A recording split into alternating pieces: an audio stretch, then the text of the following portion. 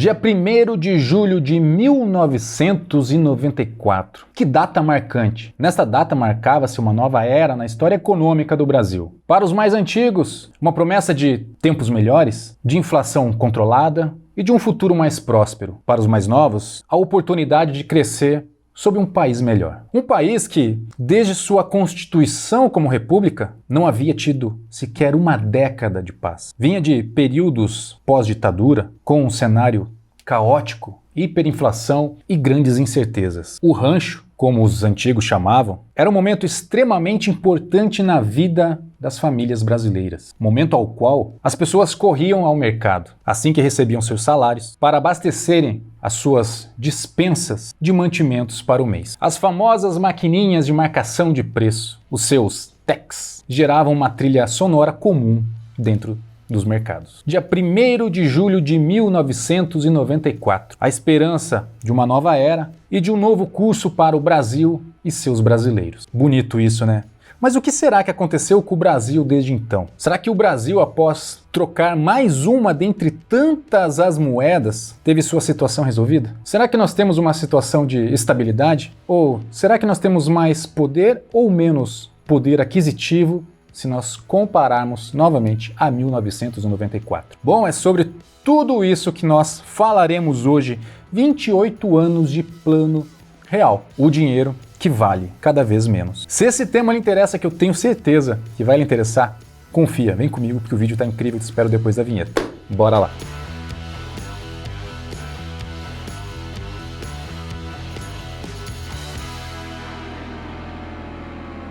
Fala investidor, fala investidora, cada vez mais rico, cada vez mais rica, sejam muito bem-vindos. Paulo Bonetti, criador do Saldo Zero, invertendo os recados de hoje. Se você não estiver fazendo parte ainda da comunidade do Saldo Zero, você não sabe o que está perdendo. Pegue o link da inscrição aqui na descrição do vídeo, tá? É gratuito, gente. Pega o link aqui, vai lá, se cadastra, faça parte, interaja comigo, interaja com outros investidores, tire dúvida, compartilhe conhecimento, tenha certeza que vai agregar muito para a sua vida financeira, assim como você vai agregar muito para a gente lá também, tá bom? Mas vamos lá, porque tempo é dinheiro, vamos fazer uma volta a 1994. Quem não se lembra ou quem nunca ouviu aquele famoso bordão de Galvão Bueno? É tetra! Isso ocorreu durante o tetracampeonato da seleção brasileira na Copa do Mundo de 1994, lá nos Estados Unidos. Sim, 1994. Mesmo ano do lançamento do Plano Real. Gente, que ano! Apesar dessa pele bonita, gente, eu já tenho alguns anos rodados. Nessa época eu já era uma criança grandinha, então lembro de muita coisa de 1994. Mas não é essa a questão, é um ano onde, com apenas um único real, o brasileiro ele tinha condições de trazer muito mais produtos para casa. O pão francês, por exemplo, na época, era vendido por unidade, não por quilo, como hoje, custava meros 10 centavos por pão. Em alguns lugares você pagava até menos, 5, 7 centavos, eu lembro muito bem das padarias da época. O quilo do arroz também custava, em 1994, 0,64 reais. Melhor dizendo, 64 centavos. Mas pasme, um carro popular, vamos trazer aqui como exemplo o Gol 1.0, na época Gol 1000, custava uma bagatela de R$ 7.200. Mas espera, obviamente, nós temos que ponderar algumas questões a mais. Você sabe de quanto era o salário mínimo da época? Vai, chuta, 200, 500, 1.000? Nada disso. O salário mínimo de 1994 era de R$ 65. Sim, R$ 65. Isso nos diz que, relativamente falando, 10 pães na época, ou R$1, custariam cerca de 1,5% do salário mínimo. Em outras palavras, um cidadão da base que recebesse esse salário poderia ter facilmente quase metade do seu salário destinado somente para comprar os pães mensais. Agora avancemos 28 anos, um retorno para 2022. Como nós estamos hoje, será que nós temos inflação? Temos inflação, sim senhor, temos inflação, sim senhora. De acordo com a calculadora do cidadão, é uma ferramenta disponibilizada pelo Banco Central, qual você também tem acesso, basta pesquisar no Google calculadora do cidadão Banco Central. R$1 de 1994, se nós corrigirmos pela inflação de todo esse período, deveria valer o equivalente a R$ 7,70 de hoje, ou seja, de 2022. Em outras palavras, e para que o impacto fique mais claro para você, podemos dizer que R$ 1 de 2022 é o equivalente a 13 centavos de 1994. Hipoteticamente falando, se alguém tivesse se mantido com o mesmo salário de 1994 até hoje, estaria passando fome, uma vez que o salário mínimo da época dificilmente compraria muita coisa hoje. Contudo, quando nós falamos de perda de poder aquisitivo da população, nós precisamos incluir na conta não somente a correção dos preços, mas também a atualização da base salarial. E aqui que o vídeo começa a ficar mais interessante, porque dificilmente as pessoas falam com esse tipo de abordagem. Tomando como exemplo o salário mínimo, tá? Que atualmente, por lei, está girando ali perto de R$ 1.212, absolutamente falando, muito superior ao salário de 1994. Confere? E fazendo uma correlação entre alguns produtos vendidos na época e vendidos hoje versus o quanto eles oneravam e quanto eles oneram sobre o salário mínimo, o que temos são esses valores. Vou falar bem pausadamente. O salário mínimo, em 1994, como nós já vimos, era de R$ 65, em 2022, de R$ 1.212. 10 unidades de pão francês, como também já adiantado em 1994, custariam, na média, R$ 1. R$ 1 significa onerar 1,5% sobre o salário mínimo. Em 2022, comprar 10 pães franceses, a depender da região, pode custar 8, 10, 12 reais. Mas isso vai onerar o salário mínimo em 0,7, 0,8%. Ou seja, proporcionalmente o salário mínimo ficou maior comparado ao pão. Falando do litro de leite, em 1994, um litro de leite custava 69 centavos. Isso impactava o salário mínimo em 1,06%. 1,06%. Fique com esse número na cabeça. Em 2022, um litro de leite custando perto de R$ 7, 6,99, onera o salário mínimo em 0,58%. Ou seja, impacta menos. O litro da gasolina, muito polêmico atualmente, em 1994 custava 0,55 centavos, era tão baratinho, mas isso onerava o salário mínimo em 0,85%. 0,85%.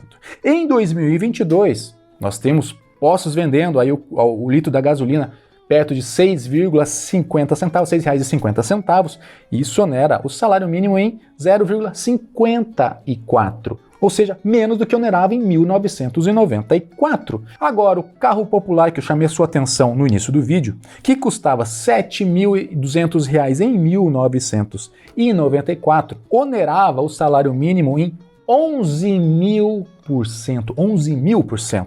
Agora, em 2022, nós temos carros populares sendo vendidos a 64 mil, um absurdo, convenhamos. Mas esses 64 mil oneram o salário mínimo em 5.000%, ou seja, onera menos. Todos os produtos que eu trouxe aqui, eles proporcionalmente ou relativamente falando, custavam muito mais caro em 94 se nós compararmos com o salário mínimo do que em 2022. Mas apesar disso, eu tenho certeza que para você fica aquele desconforto que você está comprando cada vez menos, que as coisas estão cada vez mais caras proporcionalmente ao quanto você ganha. E eu vou te dizer que você não está sozinho nessa. Esse desconforto, ele é generalizado. As pessoas sim estão tendo essa percepção de estarem comprando cada vez menos. E eu vou te explicar os motivos agora. Vejamos o seguinte, a renda média do brasileiro em 1994, você sabe de quanto era? De R$100, R$200? A renda média do brasileiro em 1994 era de aproximadamente, segundo estudos, de R$600. Opa, bem diferente do salário mínimo de R$65, não é mesmo? A renda média do brasileiro em 1994 era de aproximadamente 823% acima do mínimo que era exigível por lei. Mas atualmente, também segundo pesquisas, a média salarial do brasileiro está girando na casa de R$ 2.500. A média subiu? Subiu. Mas qual é a proporção desta média sobre o salário mínimo agora? Estamos falando de 106% acima do mínimo. Entenda o seguinte, em 1994, o salário mínimo ele era baixinho, mas a média do brasileiro era muito superior. A média, tá? Agora, em 2022, o salário mínimo, digamos, trazendo para a mesma base, estando aqui embaixo também, o que aconteceu foi a média do brasileiro proporcionalmente foi reduzida. Alguns podem entender isso como uma redução na desigualdade social. Outros podem entender como um empobrecimento médio e um achatamento nas receitas mensais. Deixo aqui um ponto para que cada um possa refletir as suas convicções. De todo modo, eu chamo a sua atenção para alguns motivos que fizeram o país ter uma desvalorização monetária acompanhada dessa redução média do ganho do brasileiro. Medidas assistencialistas. Tenho certeza que para você é claro que inúmeras medidas de caráter assistencialistas, ou seja, projetos sociais, foram implantados por diversos governos passados. Eu só não sei se é claro para você também que, para que esses programas se mantenham de pé, alguém tem que pagar a conta. E você sabe quem é que paga por tudo isso? Sim, você que paga. Mas eu quero que você analise por outro prisma. Talvez alguém pague mais do que você. E sabe quem? Quem ganha mais. Quem ganha mais vai pagar muito mais da conta. Ou seja, quem ganha mais, maior será a mordida, maiores serão os impostos. No papel é tudo maravilhoso, mas na prática e com o tempo, isso afugenta os provedores de recursos. Em outras palavras, afugentam quem? Justamente os ricos que preferem deixar o país e se deslocar para outros países que lhe onerem menos. Até porque, vamos lá, para tudo há um limite. E aí, com menos gente disposta a empregar, menos trabalho será ofertado. Se nós temos menos trabalho, menos riquezas serão acumuladas pela população. E desta forma, mais e mais pessoas vão carecer e vão depender do governo e desses programas sociais. E sem recursos, sem geração de riqueza, sem geração de emprego e o governo carecendo cada vez mais de dinheiro justamente para atender a todos esses programas, vai precisar achar outras formas de arrecadar dinheiro. Não tendo mais como arrecadar dinheiro por meio de impostos, uma vez que a população está cada vez mais pobre, começam a ocorrer desvio de recursos de áreas importantes, como saúde, educação, segurança. Para quê? Para que esses recursos possam ser destinados para esses programas. E quando nem isso mais é possível, aí uma outra alternativa é simplesmente a impressão de papel, diretamente falando, impressão de dinheiro. E veja, este é o ponto. O gasto massivo do governo com dinheiro alheio, por meio de mais impostos, redução de investimentos em áreas importantes e a impressão de mais moeda, quando não compensado com mais produção de bens e serviços, ou seja, quando não compensado com produção de riqueza, geração de riquezas pela população, e justamente providos por aqueles que estão indo embora do país, a inflação bate, e por vezes bate forte. A propósito, os números não me deixam mentir. A relação dívida-PIB, ou seja, a relação dívida do país versus o quanto ele produz de riquezas, em 1994 era de apenas 14%. Isso quer dizer que, de tudo que o Brasil produzia, 14% iam para a dívida. Hoje, em 2022, essa relação está em 80%. E se esses controles desgovernamentais não cessarem, ou se não houverem aberturas para que o Brasil seja novamente um país interessante de se empreender, interessante de se investir, interessante de se trabalhar, interessante de se gerar riqueza, em pouco tempo o país se verá pagando mais dívida do que arrecada. Entraremos literalmente no cheque especial. E aí, meu querido, minha querida, se isso ocorrer, sequer a impressão de moeda resolveria. Viveríamos em um caos à lá período pré-Plano Real. Como a gente viu, comparando especificamente o salário mínimo de 1994 com relação ao salário mínimo de 2022, a situação parece ter melhorado.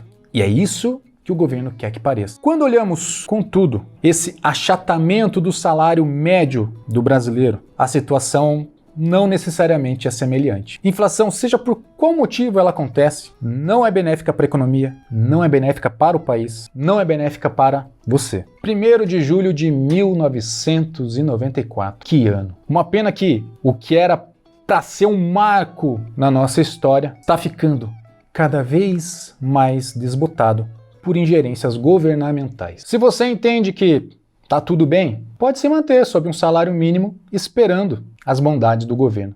Basta não fazer nada. Agora, se você pretende evoluir financeiramente, não tenha dúvidas. Quanto mais você ganhar, quanto mais você receber, mais o governo vai querer te abocanhar. E a única maneira que você tem de se defender, de se proteger disso, é saber bem cuidar do seu dinheiro. E como cuidar? Investindo seu capital, protegendo minimamente para que os seus investimentos, para que as suas riquezas rentabilizem acima da inflação. E não esperando que o governo seja o salvador da pátria, porque não, ele não será. Sucesso e prosperidade sempre. Se você ficou no vídeo comigo até agora, considere curtir e compartilhar ele com pessoas queridas ao seu entorno. Por fim, sou Paulo Boniati, aquele abraço, até o próximo vídeo e tchau!